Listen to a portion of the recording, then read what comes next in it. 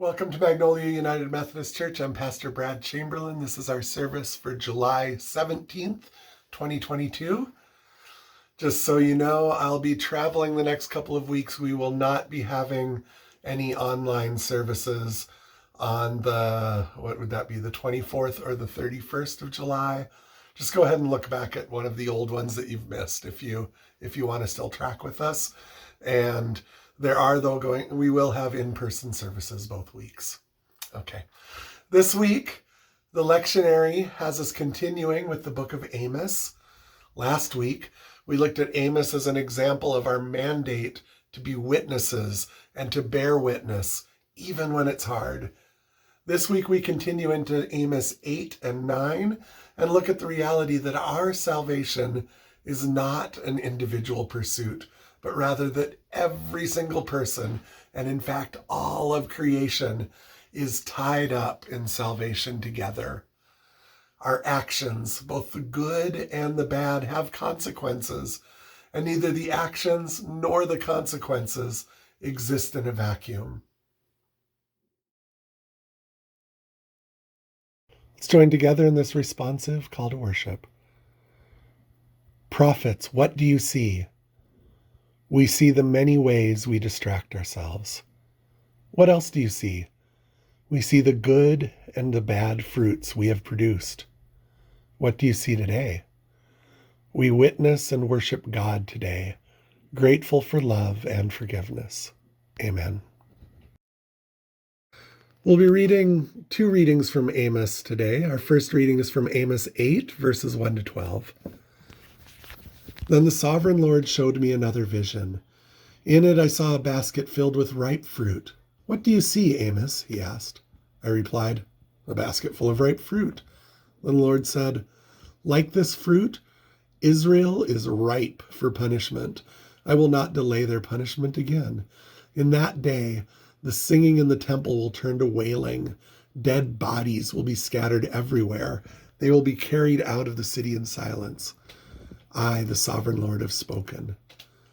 Listen to this, you who rob the poor and trample down the needy. You can't wait for the Sabbath day to be over and the religious festivals to end so you can get back to cheating the helpless. You measure out grain with dishonest measures. You cheat the buyer with dishonest scales. And you mix the grain you sell with chaff swept from the floor. Then you enslave poor people for one piece of silver and a pair of sandals. Now the Lord has sworn his oath by his own name, the pride of Israel. I will never forget the wicked things you have done. The earth will tremble for your deeds, and everyone will mourn. The ground will rise like the Nile River at flood time. It will heave up, then sink again. In that day, says the sovereign Lord, I will make the sun go down at noon and darken the earth while it's still day. I will turn your celebrations into times of mourning and your singing into weeping. You will wear funeral clothes and shave your heads to show your sorrow, as if your only son had died. How very bitter that day will be. The time is surely coming, says the sovereign Lord, when I will send a famine on the land, not a famine of bread and water, but of hearing the words of the Lord. People will stagger from sea to sea and wander from border to border, searching for the word of the Lord, but they will not find it. Let's join together in this prayer of confession. God of justice, we confess to you today that we often find ourselves feeling bitter, distraught, and ashamed. We far too often fail to take accountability for our sins and wrongdoings. In an effort to feel better about ourselves, we overfill our plates with tasks, hoping to atone for our misdeeds. We confess that we have trampled on the needy, choosing greed. We confess that we have brought ruin to the poor of the land, neglecting many parts of your creation. We confess that we have practiced deceit, fearful of being exposed. We confess that far too often we choose busyness over the gift of your loving presence. We lament our mistakes to you, O God. We mourn the harm we have caused knowingly and unknowingly, individually and collectively. We ask your forgiveness to envelop us, inspiring us to make amends with ourselves and others. Open our eyes that we may see the lessons you place before us. Help us better love you by loving your creation. Amen. And now let's confess our sins where we are.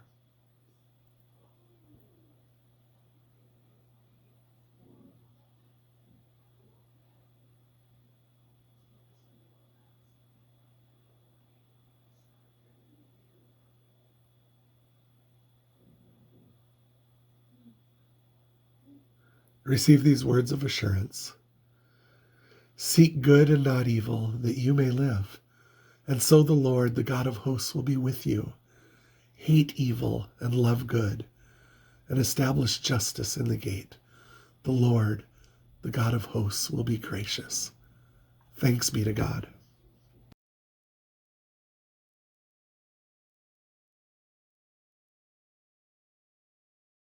Offering may be sent by check to the address shown or given online at umcmagnolia.com. Let's pray for this week's offering. Lord of all wisdom and patience, what would it mean if we asked you to dedicate not only the gifts we give to the church, but all the rest that we keep, that we hold back? What if we lived as those whose every dollar, every talent, every hour was dedicated to making kindness, mercy, and justice the norm and not the exception? What would it mean if we really saw the places where indifference causes pain, hardship, and harm to souls, bodies, and creation itself? Help us to make this more than a hypothetical, but the reality of an offering of our whole being. We pray in the name of the one who gave his whole self for our redemption. Amen. And now let's pray as Jesus taught his disciples when praying to say, Our Father who art in heaven, hallowed be thy name. Thy kingdom come, thy will be done, on earth as it is in heaven. Give us this day our daily bread, and forgive us our trespasses as we forgive those who trespass against us. And lead us not into temptation, but deliver us from evil. For thine is the kingdom and the power and the glory forever. Amen. Our second reading this week is also from the book of Amos. We'll be reading the very final section from chapter 9, verses 11 to 15. In that day I will restore the fallen tent of David. I will repair its damaged walls. From the ruins I will rebuild it and restore its former glory. And Israel will possess what is left of Edom and all the nations I have called to be mine. The Lord has spoken, and he will do these things. The time will come, says the Lord, when the grain and grapes will grow faster than they can be harvested. Then the terraced vineyards on the hills of Israel will drip with sweet wine. I will bring my exiled people of Israel back from distant lands, and they will rebuild their ruined cities and live in them again. They will plant vineyards and gardens. They will eat their crops and drink their wine. I will firmly plant them there in their own land. They will never again be uprooted from the land I have given them, says the Lord your God.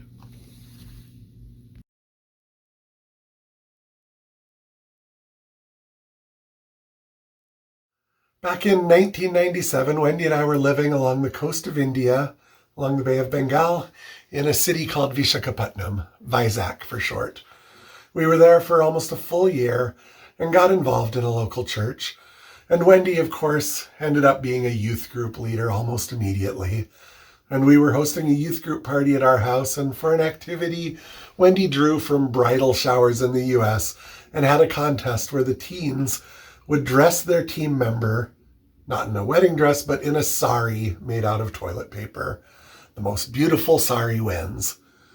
We were still newbies living over there, and we were wasteful Americans. We didn't think anything of it.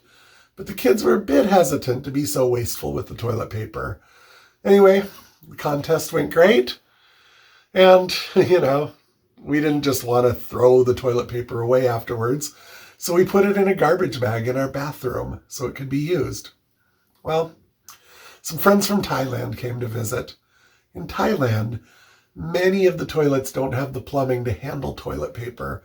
So the protocol is to throw soiled toilet paper in the garbage. Well, those friends came and they took toilet paper from the roll And they put their soiled paper into the bag where we had all of that clean toilet paper we were trying not to waste from the party, not knowing. Ew. Okay, so now it really was wasted. We threw the bag out in the neighborhood garbage pile where it would be collected eventually, and we headed out to work for the day. When we came home, the toilet paper was stretched out and strewn all over the neighborhood, and the neighbors were mad at us. Cows, which are everywhere in that part of India, maybe in all of India, cows had found it and enjoyed chewing on it. And as they chewed on it, they stretched it out. And they dragged it everywhere they went. And in India, the cows go everywhere. So the whole neighborhood was toilet papered. It was TP'd. And we were really embarrassed. We were pretty ashamed. It was wasteful. We were the extravagant Americans messing up the whole neighborhood. And it ended up putting a damper on some of our relationships in the neighborhood. Now, do I think this struggle we had was God's judgment on us for being so wasteful? Not really. People in India would likely attribute it to karma. We did something negative to the universe, wasting resources, and it had consequences. Messy neighborhood, a lot of work for us to do, and some hurt relationships. Karma. You reap what you sow. Actions have consequences. So we moved to Thailand in 2005, just a few months after the horrible tsunami had hit the beaches of southern Thailand. That summer, we headed down to southern Thailand. Well, there was certainly still a lot of devastation around. So strange to see boats embedded into hillsides hundreds of feet from the ocean. But in general, this particular area of Thailand where we were visiting, for being coast, it had received little damage. You see, this area hadn't been very developed for tourism yet, and the mangroves still remained along most of the coast here.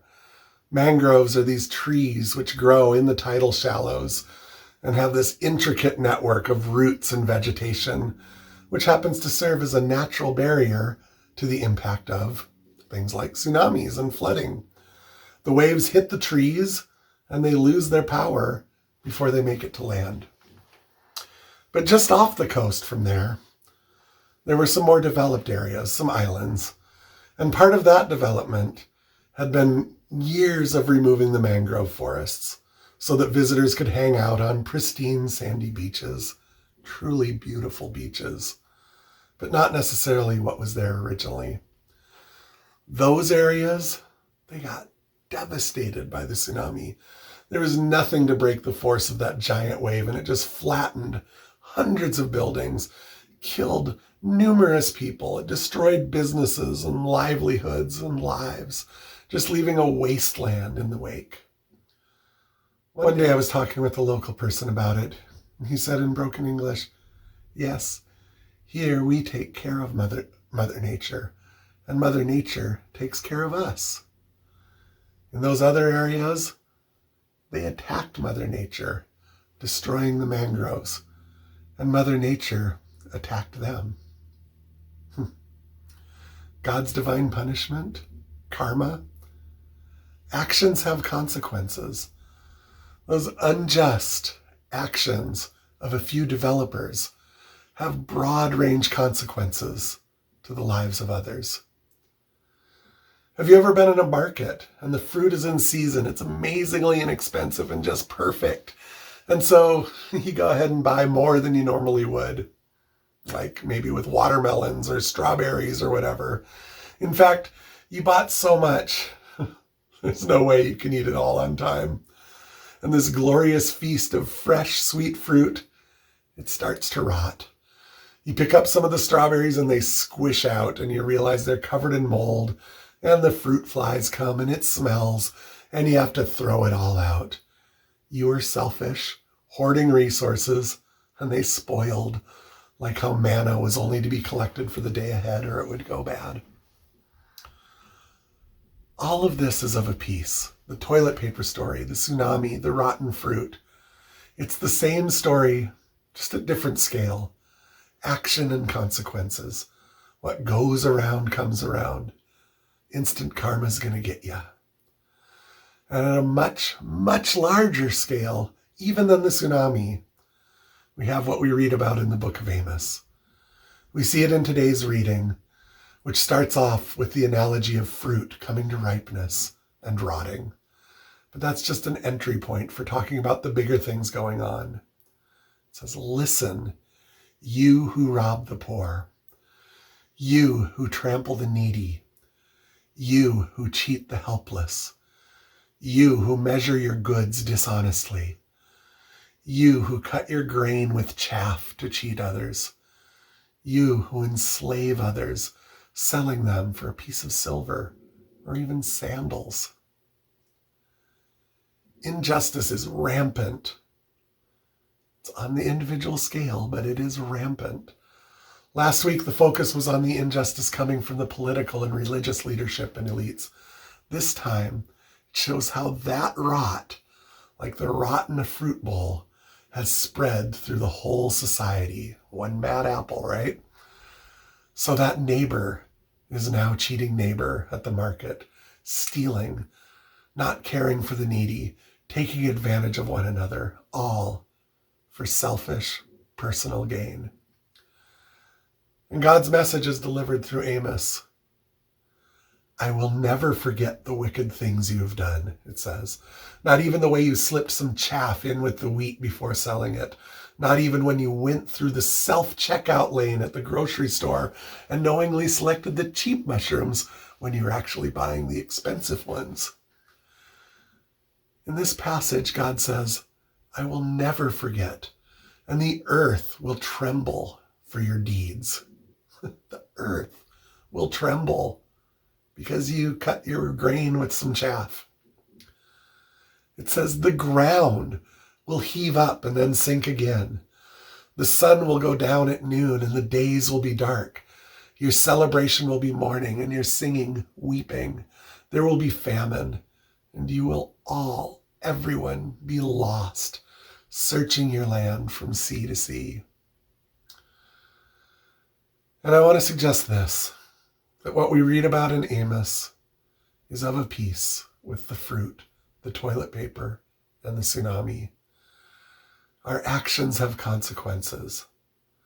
Is it God's judgment? Is it karma? Is it just the way things happen? The world has differing worldviews on this. But here's a key distinction to consider.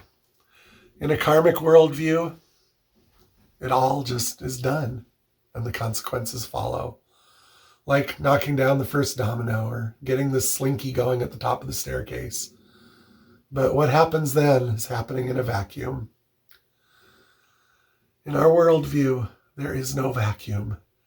God is there in all of this, longing for us to get through it. Let's do an analogy. If you're a parent, you maybe know that feeling of watching your kid suffer through some serious consequences. Like maybe your adult child has become an alcoholic and it's controlling their life. And there's no way they're going to get to the other side of that without a lot of pain and struggle. Because without that pain and struggle, the cost of giving it up they'll never get to where it's worth it.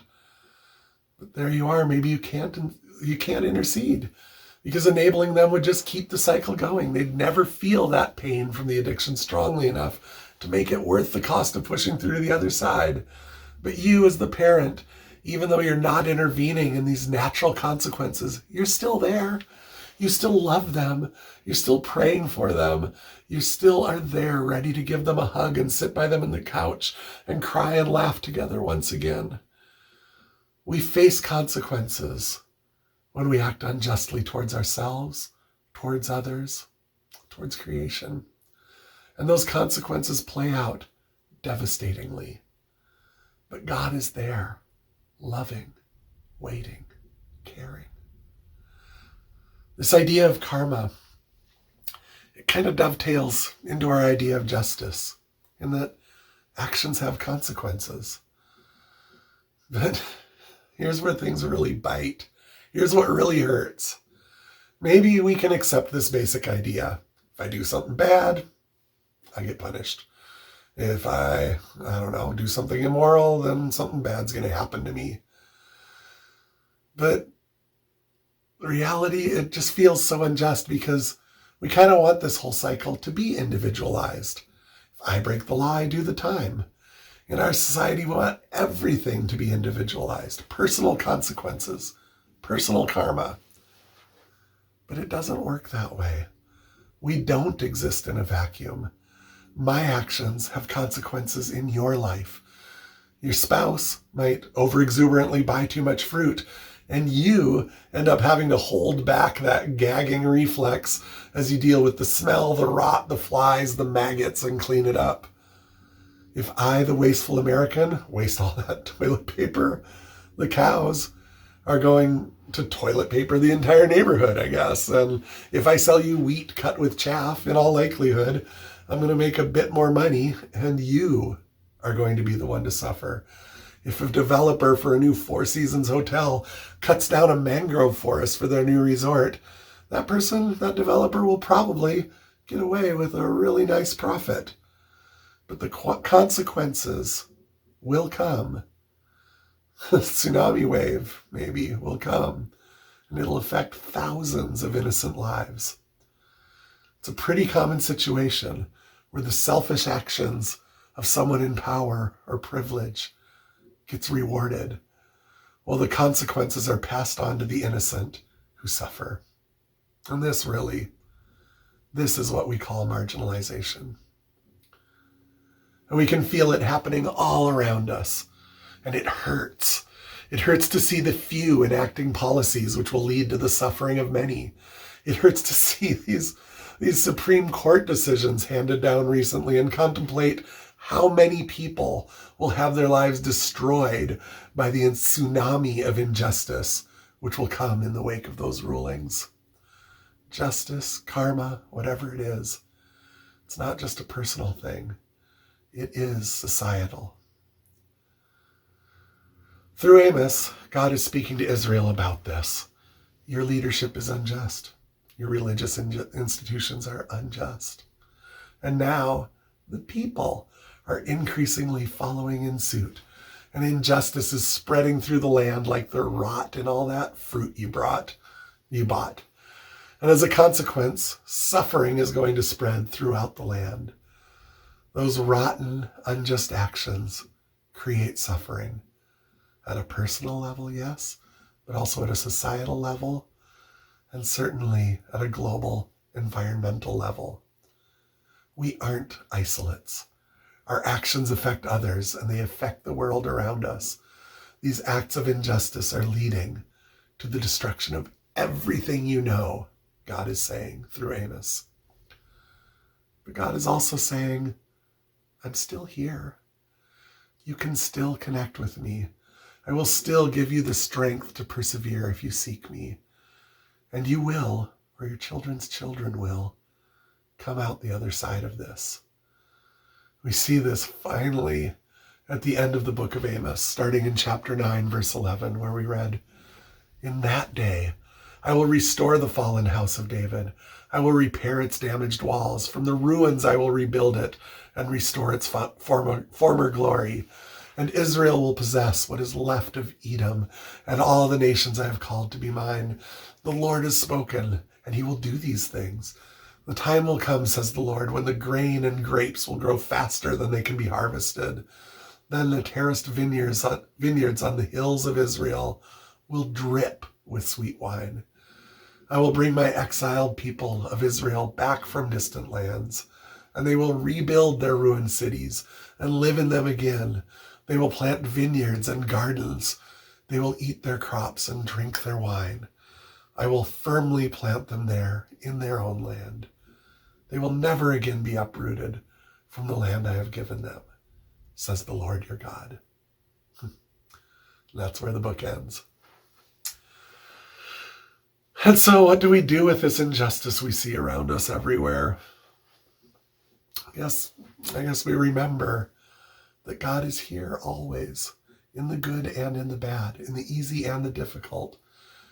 We remember that restoration is not just possible, but it will. It will come.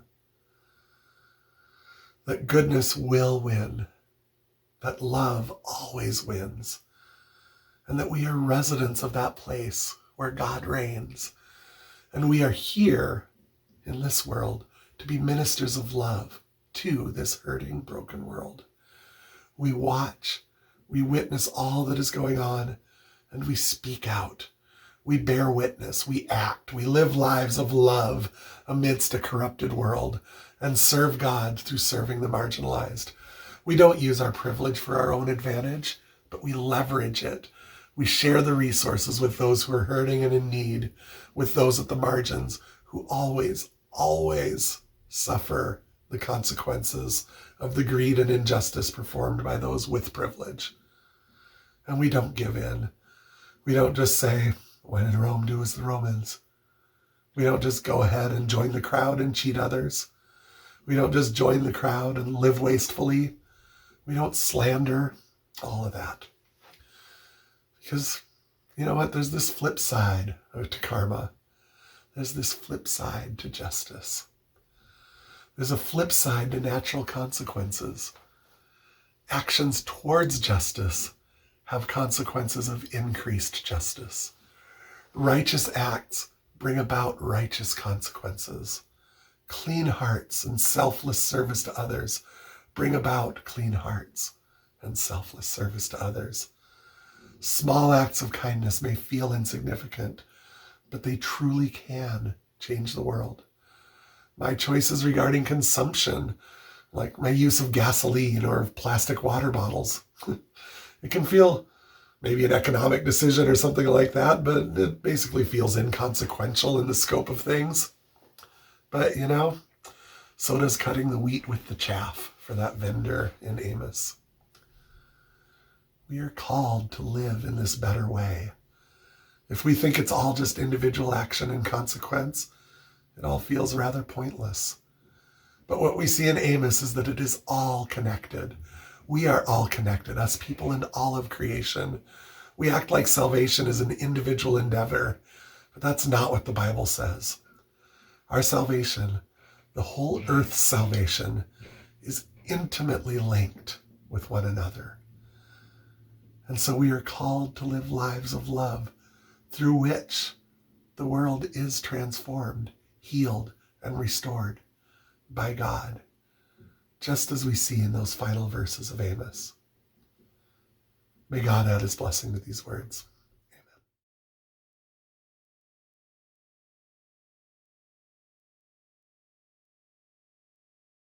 Receive the benediction. Now go forth from this place with renewed inspiration to do the work of God. Seek good, not evil. Love goodness and establish justice. This is the greatest offering we can make, letting justice roll down like waters and righteousness like an ever-flowing stream. Go in peace with love for your neighbor. Amen. Okay, we'll see you later.